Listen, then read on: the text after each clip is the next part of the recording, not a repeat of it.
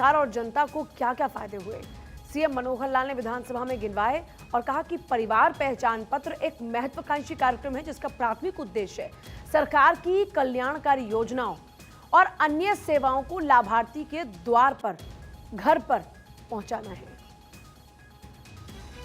मुख्यमंत्री मनोहर लाल ने हरियाणा विधानसभा के मानसून सत्र के दौरान विधायकों की तरफ से परिवार पहचान पत्र पर लाए गए ध्यानाकर्षण प्रस्ताव पर अपनी बात रखी। सीएम ने कहा कि परिवार पहचान पत्र आधार द्वारा निर्मित डिजिटल बुनियादी ढांचे और सिद्धांतों से लिया गया है। हालांकि इसकी प्रदायगी में आधार से कई गुना ज्यादा जटिल है। आधार में मुख्य रूप से यूनिक पहचान की जानकारी होती है, जबकि परिवार पहचान पत्र में आधार के रूप में विशिष्ट पहचान की जानकारी के अलावा सामाजिक आर्थिक जानकारी भी होती है।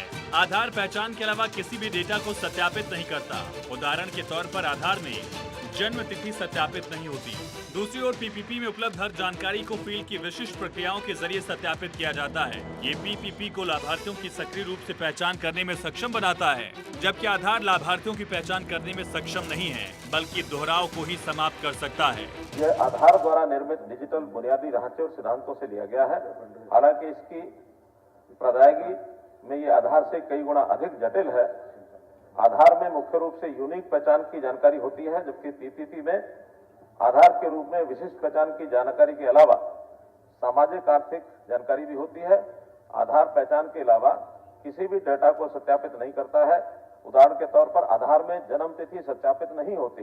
दूसरी ओर पीपीपी में उपलब्ध प्रत्येक जानकारी फील्ड को विशिष्ट प्रक्रियाओं के माध्यम से सत्यापित किया जाता है।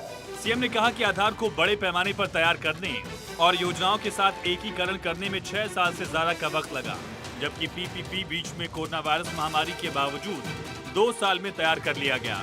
आधार के समान परिवार पहचान पत्र को भी कार्यान्वयन में आने वाली कठिनाइयों और मुद्दों को दूर करने के लिए सुधार की प्रक्रिया से गुजरना पड़ा है। इन परिस्थितियों में हरियाणा ने देश के हर राज्य को आधार से जुड़े लाभों को आगे बढ़ाने का रास्ता दिखाया।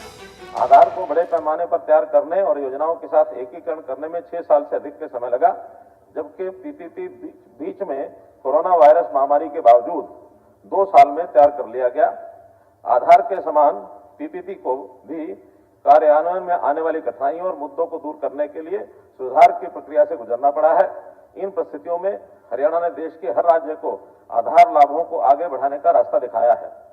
पीपीपी का प्राथमिक उद्देश्य प्रत्येक सरकारी एजेंसी द्वारा अलग से निरीक्षण या सत्यापन की प्रक्रिया पूरी करने या प्रमाण के रूप में दस्तावेज जमा करने या किसी सरकारी कार्यालय जाए बिना लाभार्थी को उसके घर द्वार पर सक्रिय रूप से लाभ प्रदान करना है।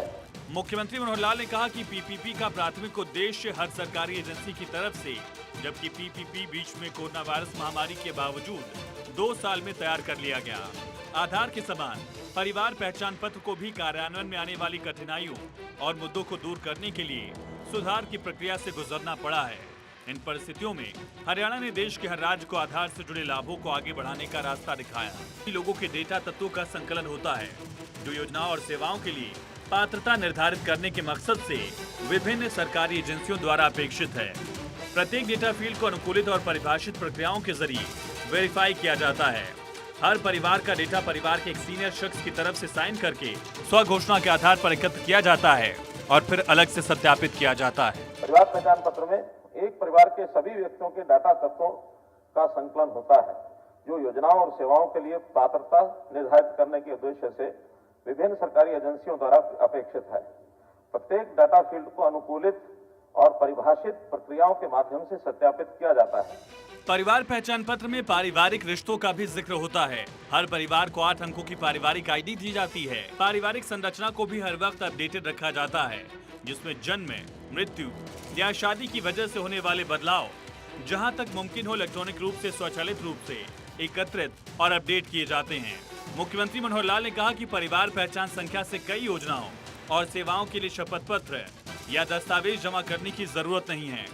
उदाहरण के लिए अनुसूचित जाति प्रमाण पत्र जारी करने के लिए आवेदन को पहले एक आवेदन के साथ एक हलफनामा जमा करना पड़ता था, जिसे नंबरदार, पटवारी, कानून को सत्यापित करते थे और उसके बाद भौतिक पद्धति में तहसीलदार द्वारा जारी किया जाता था। मुख्यमंत्री ने कहा कि